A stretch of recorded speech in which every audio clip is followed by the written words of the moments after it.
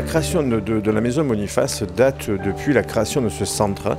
On est arrivé sur le CAT en 72, mon père, et donc il est à l'origine de la création du centre ostréicole et de l'aventure ostréicole sur le CAT. L'aventure moderne, j'entends, hein, puisque l'ostréiculture à le CAT de mémoire a dû commencer dans les années 65-66. Donc voilà, la véritable histoire du centre ostréicole de le CAT a démarré en 74.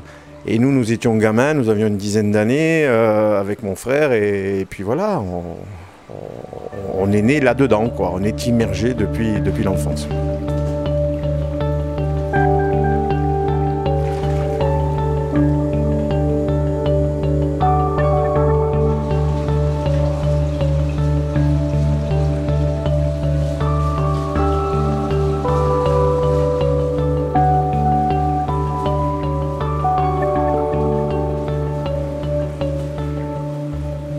C'est du naissin qui arrive des closeries. Voilà, c'est le premier départ de notre travail à nous.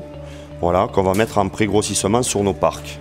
Une fois, on les met dans les petits casiers que vous voyez de l'autre côté. Et vous voyez la différence, voilà, au bout de quelques mois au parc. Voilà, et à partir de cette taille-là, on peut commencer à les coller. Voilà, ça c'est le premier départ de notre travail.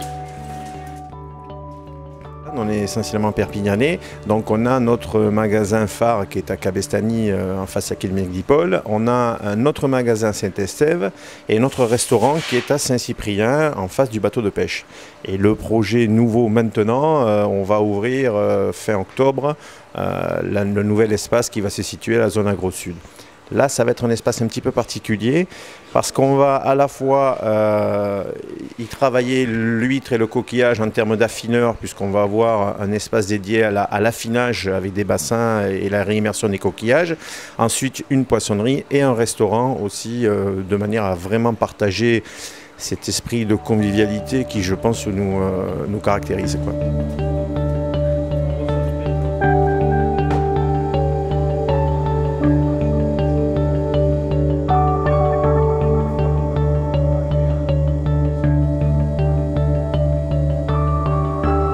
Ici, c'est la phase, on va dire, de démarrage pour le collage.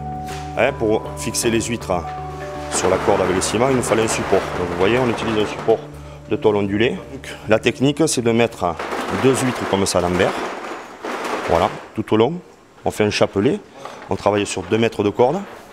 Voilà, donc le matin, essentiellement, on monte des chantiers. Ça, cette partie-là, c'est notre chantier, c'est notre support de travail. Voilà, et l'après-midi, on fait du ciment. Et avec une douille de pâtissier, on va mettre un plot de ciment au-dessus. Voilà. Et on va revenir fermer. Voilà. Par une troisième. On aura le ciment au cul là. Et on revient fermer avec une troisième comme ça. Voilà. Et donc après, le lendemain matin, le ciment est sec. Et on retrouve les goulottes comme on a vu tout à l'heure. Nos parcs à huîtres sont essentiellement sur l'étang de le CAT. C'est une question de pratique logistique. C'est déjà relativement compliqué comme métier.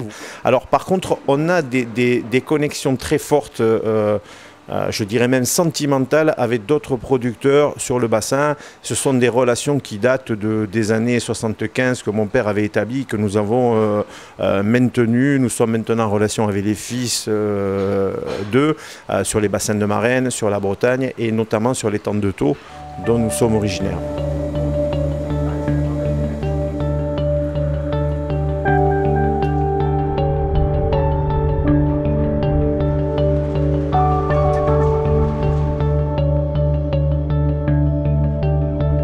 Ça c'est le naissin qu'on a vu tout à l'heure, qui a été collé, vous voyez, par 3. Voilà, sur la corde. Là le ciment est sec, et donc après fil par fil, on va les amener sur l'étang. Et là, c'est parti pour la période de grossissement, comme je vous disais tout à l'heure, entre 10 et 12 mois suivant les années.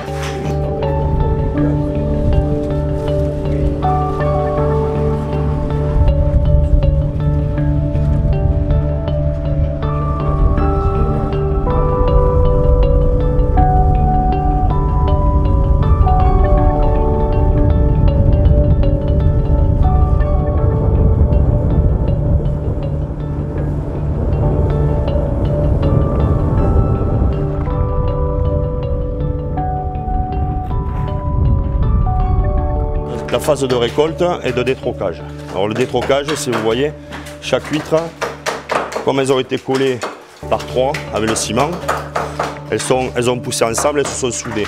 Donc au fur et à mesure, voilà, c'est le travail de longue haleine où il faut les séparer une à une, enlever tout ce qui est, on va dire, captage de moules pendant la phase de grossissement, les algues, tout ça. Voilà. Forme de nettoyage, de remettre les huîtres, voilà, une à une. Quand on les passe aux machines, on va les stresser un petit peu, on va aussi les ébrécher.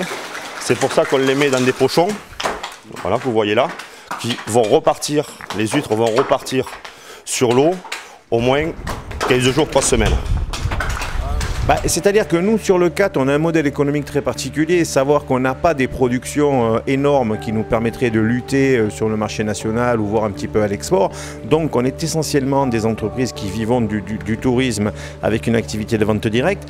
C'est ce que nous avons développé. Et à partir de là, nous avons tissé des liens très forts donc, avec d'autres bassins parce que nous vendons leur production.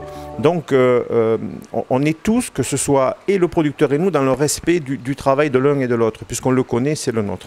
Donc c'est vrai que sur un plan économique, l'intérêt aujourd'hui, c'est de se grouper en tant que petit producteur ou moyen producteur, de manière à rendre viables nos entreprises économiquement.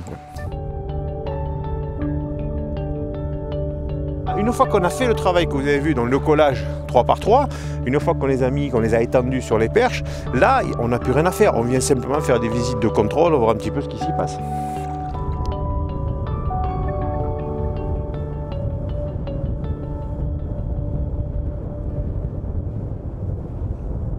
Ça, ce sont des huîtres qui ont été collées au mois de février, mars, avril de cette année-là. Donc vous voyez qu'il y avait une poussette intéressante. Et toute cette petite dentelle blanche là qu'on voit, la partie très fragile, ça c'est la dentelle, ça c'est la pousse. Voilà.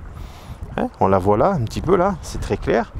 Bon, je sais que c'est pas facile à voir pour des non-initiés, mais nous c'est là où on voit un petit peu dans la croissance, on voit si c'est sain, on voit si c'est... Et ça, bon, quelque part, ça nous fait plaisir à voir. C'est un petit peu l'indicateur de la récolte maintenant. On vit une mauvaise période dans l'ostréiculture où on a cette période un petit peu transitoire. On essaie d'avoir des réponses sur la génétique, sur ce qui se passe avec les huîtres, pourquoi elles ne résistent plus au virus, où elles étaient résistantes auparavant. Ce qui fait que ça fait 3 ans, on ne sait pas trop ce qu'on fait, quoi. On met, on ne sait pas si ça va venir, on a de la casse, on a une mortalité, des fois il y a 80%, des fois on passe à travers. C'est très très aléatoire. Donc c'est... Alors la mortalité, elle est due, elle peut être due dans un premier temps à un phénomène de malaise, c'est-à-dire à un moment donné, il n'y a plus d'oxygène dans l'étang à cause d'une période de trop longue chaleur, ça s'étouffe, ça meurt. Bon, ça, c'est une chose qui arrive, mais on peut y faire. Et là, on a des mortalités qui viennent parce qu'il y a des virus pathogènes dans l'eau que l'huître est à même de supporter jusqu'à maintenant. Et là, a priori, parce qu'on a appauvri un petit peu le paysage génétique de l'huître, à force de les faire se reproduire entre elles, on les a affaiblies et elles ne le supportent plus. Donc on essaie de trouver pourquoi et on essaie de trouver surtout une solution, on va dire, à renforcer le patrimoine génétique des huîtres de manière à ce qu'elles puissent résister et qu'on soit un petit peu pérenne dans nos exploitations.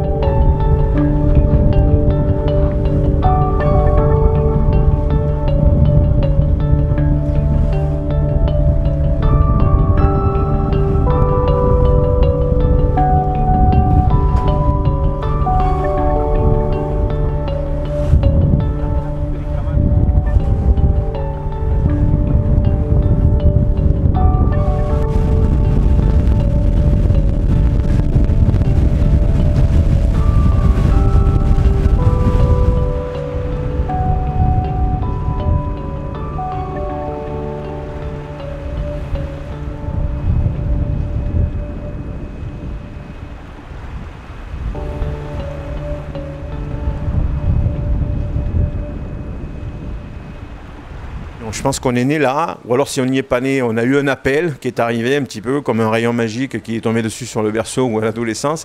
Non, blague à part, c'est vraiment un métier de passion. C'est un métier qui est très difficile. C'est un métier où on a chaud l'été, on a froid l'hiver. C'est un métier dangereux parce que des fois, il faut aller sur l'eau avec des moments un petit peu difficiles. C'est un métier qui économiquement n'est pas très valorisant aujourd'hui, comme beaucoup de métiers, mais donc c'est un métier de passion. Effectivement, nous on y est tombé dedans et quelque part c'est là où moi je viens puiser ma force dans mes racines. Quand de temps en temps je prends mon bateau, je vais sur l'eau et avec les marins on va regarder un petit peu l'exploitation. C'est un retour aux sources important, quoi.